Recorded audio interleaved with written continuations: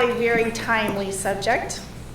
Yeah. Abortion has been in the news a lot lately, and I'm wondering, one of the things that I've noticed that's been kind of a hot issue is this determination of drawing the line at 8 weeks, and some of the conflicting science behind that about at 8 weeks many women don't even know they're pregnant. Can you speak a little bit about your thoughts on that?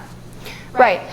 Yeah, so there has been a debate on the fact that a lot of times the doctors will determine your pregnancy actually on the basis of the last time of your menstrual cycle instead of the point of when conception could have actually happened. And so there are people saying that is unfair. We don't know exactly how long or how far into the pregnancy I actually am.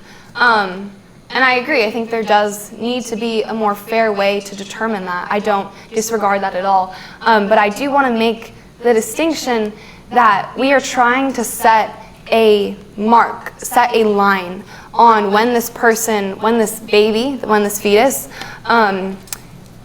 is able to live or you're able to abort it. And my point in saying that I am not fully developed until the age of 21 is the fact that throughout a child's life, you are always developing. So how do we draw a line and say that this point of development is a point that makes this baby no longer a person, no longer value? Because if we're going to say that a brain functioning is an indicator of value, what about somebody who's a person who maybe has a disorder and their brain doesn't function quite like the rest of us? Are they less of a person then, if that is where we are drawing the line of personhood? And so that's why I do think that the point needs to be drawn at conception, and that it's still 8 weeks. That is not a fair place or a justified place to draw a line of when you can have an abortion. Thank you. Judges, I'll open up to you. Okay. Very well done, Elise. Thank you. Very informative, and I like that you focused on only some of the issues, because there's, like you said, there's a million. Of course. My question to you is, all responsibility is usually on the woman, and there's laws right now that prevent a woman from having an abortion. And so, should the law hold the man equally responsible for the pregnancy, and how? So to answer the first part of your question, I do believe that men do need to have more active role and responsibility in pregnancy, because the baby is both of theirs. And I think treating the baby as this thing of just the woman's is almost treating the baby like property. The baby is equally theirs, and it's equally their duty. So yes, I do think that there needs to be a way that men are held more responsible for their actions in response to this life that is created. And can you repeat the second part of your question? Well, should it be made into a law, since women, it's against the law to have an abortion in the state now. So should it be a lawful thing, since women are being held responsible to the law? Right. I do think that if the women are being held to the law, that men should be as well. So yes, I do think that would be something that should happen.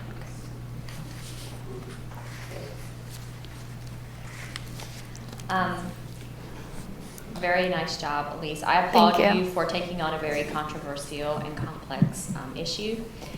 As the mother of an adopted child with significant special needs, this topic is of particular interest to me. How would you respond to those who might ask you, why not support abortion in a world that is already full of unwanted children? We have tens of millions of orphans on Earth already. We have a broken foster care system in the U.S. Why not support the abortion of unwanted children? Are you saying, like, why should we? Okay, I see what you're saying. Yeah, that's a good question, and I think the root of it, of why we should not support abortion, is because the value of the baby and their the chance that they should get to write their story despite the circumstances that are going to be brought to them when they are born does not change on the fact that we live in a broken world, that we live in a world that has broken systems. I think that the more accurate response to that is not that we should then have abortions, but what are the other solutions? I don't think ever having an abortion is the solution that we should turn to and say, well, this is the best option or this is the option. If that, and that is, because that is really an issue, I could write a thesis on how and why we should be working on solving that. And I think it needs to be viewed as a whole nother issue to solve and not something that disregards the value of the baby. Okay. And I have one more question. How would you approach a conversation about abortion with a pregnant woman for whom faith in God is not a priority? Right. Faith in God's plan for her and for her unborn baby. Right. So I tried to write my thesis actually from the standpoint, I didn't do a whole paragraph on the biblical reasons why, even though I know that there are a bunch why, but I know my audience. I know that a lot of us agree on those things. And I also know that I want this thesis to be something that I could tell somebody who doesn't have the same convictions, the same morals as me. I guess to that person, I would want to try to help them understand the value that this baby has, the fact that even scientifically and philosophically, apart from religiously and spiritually, this baby is a person. If you're going to have a standard, if it's not going to be spiritual, then is it scientific? Is it philosophical? And both of those things say this baby is a person. And another thing that I could do is talk to them, get to know them, and what they value. Because they might not value the spiritual side of this or the same moral side that I see of this, but they might value family, or they might value feminism, or they might value something else, and talk to them about why abortion does not support feminism, that really empowering women is not telling them that they should be able to have an abortion, but giving them the options to protect life while making the career and the life and being able to live the life of freedom, abundance, and meaning that they want to live. So to that person, yeah, getting to know them, what they value, and working with them from there. Thank you. Okay, I want to say thank you for your eloquence and your courage for tackling this very timely, controversial issue. Thank you. It's like we're seeing two different positions emerging on the political scene here in the U.S. Mm-hmm. Yeah. And so my question to you is, what we're seeing in the news is mostly a political strategy. Mm-hmm. And I'm kind of wondering, maybe the Christian community is putting too much energy and attention to the political strategy and not focusing on the moral strategy. Because one way to look at it is abortion is like a consumer choice. It's like a woman is electing for this particular service. And maybe you could dry up the demand and drive the demand by the church persuading women and men that abortion is wrong, it's destructive. Yeah. And so what I'm trying to say is, would you agree that there's too much attention being put on the political strategy and that we need to put more energy and attention to a moral strategy, like influencing people's way of thinking, their values? Yes, completely. I do agree with that. That's why in my thesis I really don't go to discuss politically what we can do. I really didn't put that into my research, but I do think that what we need to do to invoke change, to help women feel that they don't desire having an abortion as their option, as well as they don't feel like they have the need to have an abortion, is going that route, is addressing it before there is the need or desire that they have to want that abortion. Trying to work with them so they don't feel like they need that. It is definitely working on a more individual, emotional, moral level. Mm-hmm. Yes, I think that's where we're going to see change. Okay, and one more question. And it has to do with, I think you mentioned Margaret Sanger, yes, the founder of Planned Parenthood. Mm-hmm. And you mentioned the ideology of I think, ableism and eugenics and the racist motivation behind eugenics. Yes. So it's like Margaret Sanger is pretty much forgotten. A lot of people don't think about her, but Planned Parenthood is very much around these days. Yes. And so my question to you is Margaret Sanger's ideology of eugenics still around? Is it in, let's say, in the leadership of Planned Parenthood, or is it kind of like it being dropped by the wayside? I would say that there are extremists on that side who would say that they support her and her ideals, but I think more of what we're seeing is that it's this attitude towards abortion, that there can be some who are qualified, valuable enough to have life, and some who are not. That we are seeing still perpetuated by today, that maybe the direction of Planned Parenthood was sparked by her, and it is still in that route doing those things. It just looks like a different capacity than what it started out as. Okay, thank you. Oh, sorry. My one last question is, from everything you're saying, then it sounds like we need more sex education in the schools. And do you think that maybe along with talking about the laws behind all of this and your right to choose, your right to life, whatever, Yes. that we need to come up with a real curriculum on sex education to be more preventative and in every school? Yeah, I think that's a great idea. I think preventative action is what needs to happen, because I think a lot of the action that is taken now is after the fact. So what do you do now? And in most of the industries, abortion is given as that option. Well, I think that if the government is going to do something, it is to help inspire and support organizations who can help provide other options for the women. And so yes, completely. As you might imagine, my phone is blowing up. Okay. So I have basically 3 categories here. Okay. I'll get through as many of them. If I didn't state your question exactly, it's not because it's not important, it's because there are a lot. So the first one, I'll throw you a softball. Do you think that the morning after pill is also abortion? Right. Good question. So yeah, the morning after, or Plan B, I have looked into that a little bit.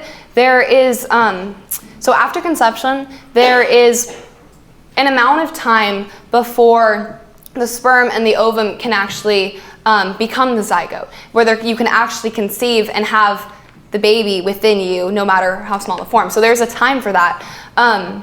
There is a possibility that taking the morning after pill or the Plan B pill, if you take it, maybe not necessarily the morning after, but right after, that it would still be a contraceptive, because it would be blocking those two from joining and creating life. But there is also a high possibility that that is going to be destroying whatever zygote or life has been created. And at that point, I would say that that is abortion. Okay, and another one, would you compare capital punishment in the same vein as abortion, and how do you view those two as related or not? Good question. So the scope of my thesis did not really involve capital punishment, but from what I know about it, and I do know some about it, I would say that taking a pro-life stance does mean standing up for the right to life in all circumstances. It applies to more than just abortion. And as someone who believes in a pro-life agenda or belief, I personally would say that capital punishment and abortion are both wrong. I think that life has inherent value, and just like we are called to foster and care and love the baby who's created, we are also called to give people mercy and love, just like God would. And so I do believe that being pro-life does not include capital punishment. Very good. Judges, do you have any other questions? 'Cause I have a ton. Go. Okay. This one I think is really good. What about the stigma within the church of unwed pregnancies? And how can we as Christians not either inadvertently or overtly contribute to abortions by having such stigma. Right. Yeah, no, I definitely believe that there are women out there who seek an abortion because they feel like they're too ashamed to deal with this, or they feel like they will be outcasted by people.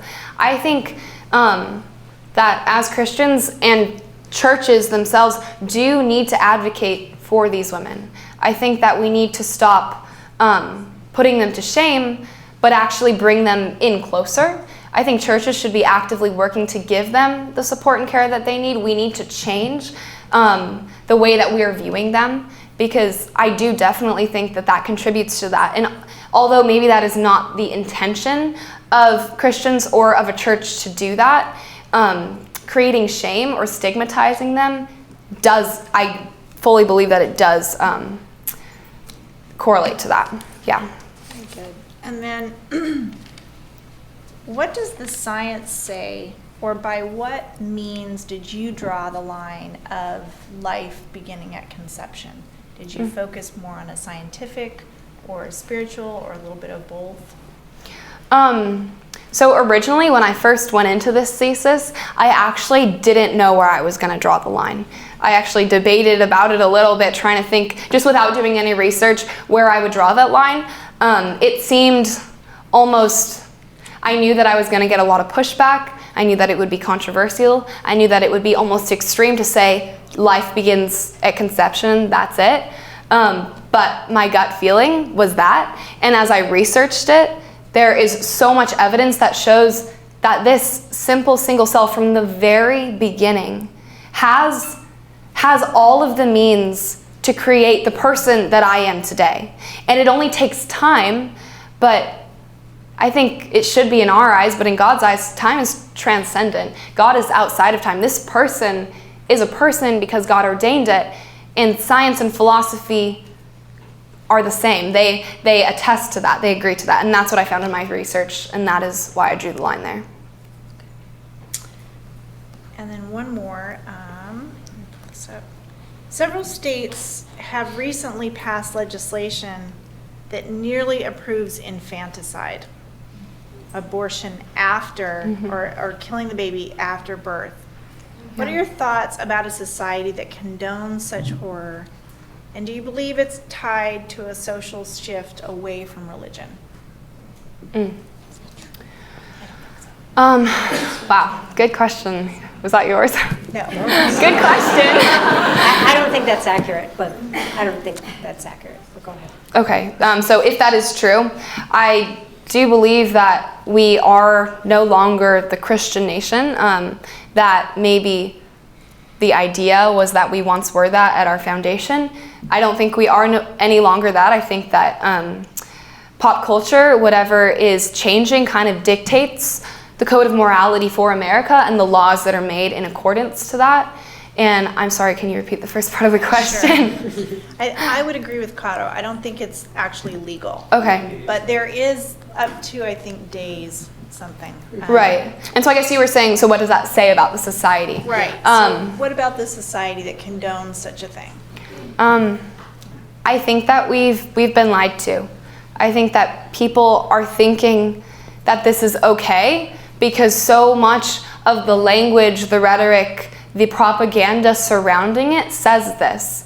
And I think that it also goes back to the root of my thesis. I think this goes back to a self-centeredness, not because women are out here trying to, or women, men, couples are doing anything because they want to be selfish, but because it's human. We all want to make decisions that make life easier for us, that our idea of what the good life is, that we can follow that. And if we have a way out, no matter at what point, people in the world that we live in are always going to go that route. They're always going to choose that. And so I think it just speaks to the fact that we live in a fallen world. And with that, you are finished. Thank you.